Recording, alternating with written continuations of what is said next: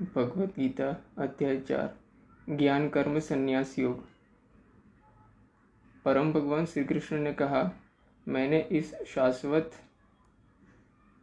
ज्ञान योग का उपदेश सूर्यदेव विवस्वान को दिया और विवस्वान ने मनु और फिर इनके बाद मनु ने इसका उपदेश इक्ष्वाकु को दिया। हे शत्रुओं के दमन करता, इस प्रकार राजर्षियों ने सतत गुरु परंपरा पद्धति द्वारा ज्ञान योग की विद्या प्राप्त की, किंतु अनंत युगों के साथ यह विज्ञान संसार से लुप्त हो गया प्रतीत होता है। उसी प्राचीन गूढ़ ज्ञान योग को आज मैं तुम्हारे समक्ष प्रकट कर रहा हूँ, क्योंकि तुम मेरे मित्र एवं मेरे भक्त हो, इसलिए तुम इस दिव्य ज्ञान को समझ सकते हो। अर्जुन ने कहा, आपका जन्म विवस्वान के बहुत बाद हुआ, तब मैं फिर यह कैसे मान लूँ कि प्रारंभ में आपने उन्हें इस ज्ञान का उपदेश दिया था। तुम्हारे और मेरे अनंत जन्म हो चुके हैं, किंतु हे परंतप, तुम उन्हें भूल चुके हो, जबकि मुझे उन सब का स्मरण है।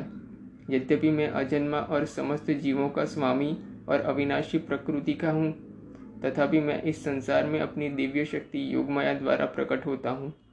जब जब धरती पर धर्म का पतन और अधर्म में वृद्धि होती है, तब उस समय मैं पृथ्वी पर अवतार लेता हूँ।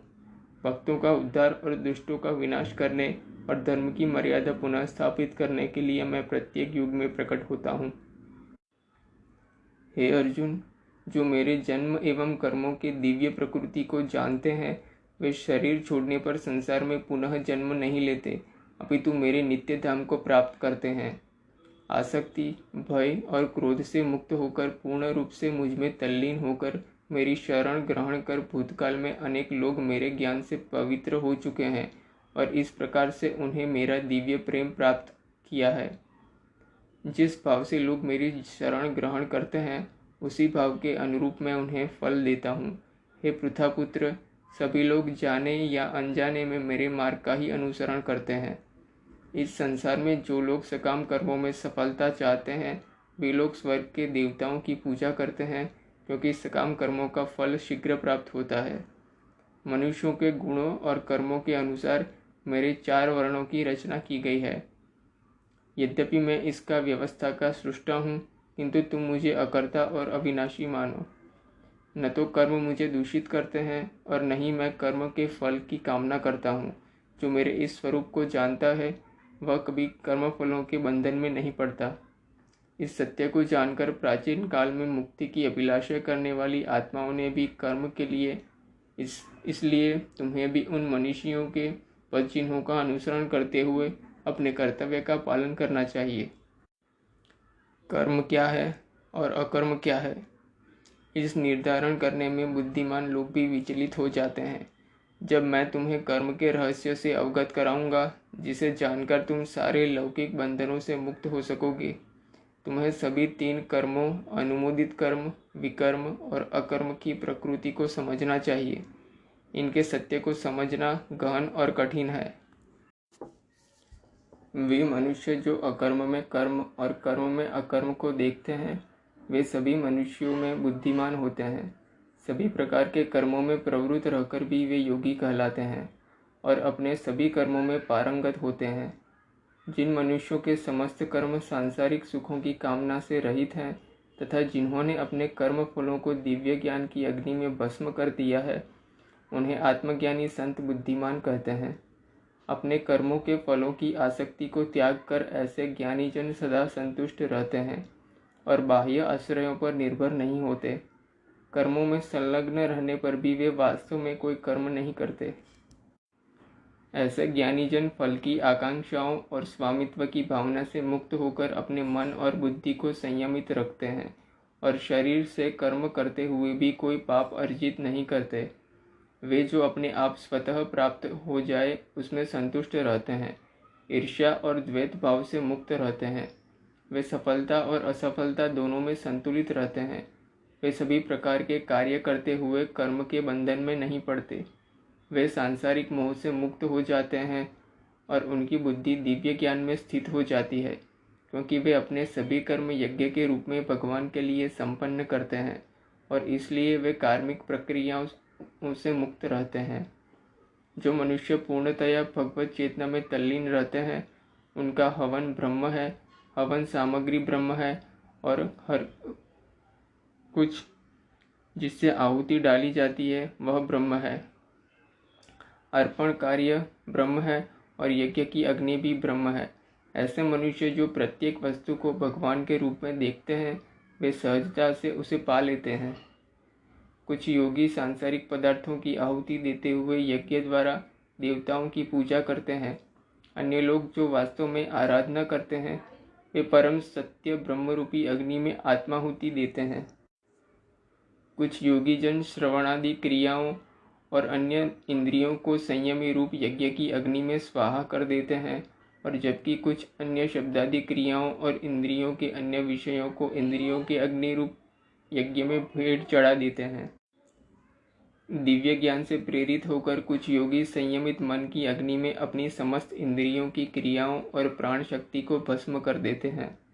कुछ लोग यज्ञ के रूप में अपनी संपत्ति को अर्पित करते हैं, कुछ अन्य लोग यज्ञ के रूप में कठोर तपस्या करते हैं, और कुछ लोग योग यज्ञ के रूप में अष्टांग योग का अभ्यास करते हैं, और जबकि अन्य लोग यज्ञ के रूप में वैदिक ग्रंथों का अध्ययन और ज्ञान पोषित करते हैं, जबकि कुछ कठोर प्रतिज्ञाएं करते हैं। कुछ अन्य लोग भी हैं जो बाहर छोड़े जाने वाली श्वास को अंदर भरी जाने वाली श्वास में, जबकि अन्य लोग अंदर भरी जाने वाली श्वास को बाहर की श्वास में रोककर यज्ञ के रूप में अर्पित करते हैं। कुछ प्राणायाम की कठिन क्रियाओं द्वारा भीतरी और बाहरी श्वासों को रोककर प्राणवायु को नियंत्रित कर उसमें पूरी तरह से आत्मसात हो जाते हैं। कुछ योगी जन अल्प भोजन कर श्वासों को यज्ञ में रूप में प्राण शक्ति में अर्पित कर देते हैं। सब प्रकार के यज्ञों को संपन्न करने के परिणाम स्वरूप योग साधक अपनी अशुद्धता को शुद्ध करते हैं। इन यज्ञों का रहस्य जानने वाले और इनका अनुष्ठान करने वाले इन यज्ञों के अवशेष जो कि अमृत के समान होते हैं का आस्वादन कर परम सत्य की ओर बढ़ते हैं। हे कुरुश्रेष्ठ, जो लोग यह नहीं करते वे न तो इस संसार में और न ही अगले जन्म में सुखी रह सकते हैं। विभिन्न प्रकार के इन सभी यज्ञों का वर्णन वेदों में किया गया है और इन्हें विभिन्न कर्मों की उत्पत्ति का रूप मानो। यह ज्ञान तुम्हें माया के बंधन से मुक्त करेगा। हे शत्रुओं के दमन करता, ज्ञान युक्त होकर किया गया यज्ञ किसी प्रकार के भौतिक या द्रव्य यज्ञ से श्रेष्ठ है। हे पार्थ, अंततः सभी यज्ञों की पराकाष्ठा दिव्य ज्ञान में होती है। आध्यात्मिक गुरु के पास जाकर सत्य को जानो, विनम्र होकर उनसे ज्ञान प्राप्त करने की जिज्ञासा प्रकट करते हुए ज्ञान प्राप्त करो और उनकी सेवा करो। ऐसा सिद्ध संत तुम्हें दिव्य ज्ञान प्रदान कर सकता है, क्योंकि वह परम सत्य की अनुभूति कर चुका होता है। इस मार्ग का अनुसरण कर और गुरु ज्ञानावस्था प्राप्त करने पर हे अर्जुन, तुम कभी मोह में नहीं पड़ोगे, क्योंकि इस ज्ञान के प्रकाश में तुम यह देख सकोगे कि सभी जीव परमात्मा का अंश हैं और वे सब मुझ में स्थित हैं। जिन्हें समस्त पापों का महापापी समझा जाता है वे भी दिव्य ज्ञान की नौका में बैठकर संसार रूपी सागर को पार करने में समर्थ हो सकते हैं। जिस प्रकार प्रज्वलित अग्नि लकड़ी को स्वाहा कर देती है, उसी प्रकार से हे अर्जुन, ज्ञान रूपी अग्नि भौतिक कर्मों से प्राप्त होने वाले समस्त फलों को भस्म कर देती है। इस संसार में दिव्य ज्ञान के समान कुछ भी शुद्ध नहीं है। जो मनुष्य दीर्घकालीन योग के अभ्यास द्वारा मन को शुद्ध कर लेता है वह उचित समय पर हृदय में इस ज्ञान का आस्वादन करता है। वे जिनकी श्रद्धा अगाध है और जिन्होंने अपने मन और इंद्रियों पर नियंत्रण कर लिया है वे दिव्य ज्ञान प्राप्त कर लेते हैं। इस दिव्य ज्ञान के द्वारा वे शीघ्र ही कभी न समाप्त होने वाली परम शांति को प्राप्त कर लेते हैं। किंतु जिन अज्ञानी लोगों में न तो श्रद्धा और न ही ज्ञान और जो संदेहास्पद प्रकृति के होते हैं उनका पतन होता है। संदेहास्पद जीवात्मा के लिए न तो इस लोक में और न ही परलोक में कोई सुख है। हे अर्जुन, कर्म उन लोगों को बंधन में नहीं डाल सकते जिन्होंने योग की अग्नि में कर्मों को विनष्ट कर दिया है और ज्ञान द्वारा जिनके समस्त संशय दूर हो चुके हैं वे वास्तव में आत्मज्ञान में स्थित हो जाते हैं।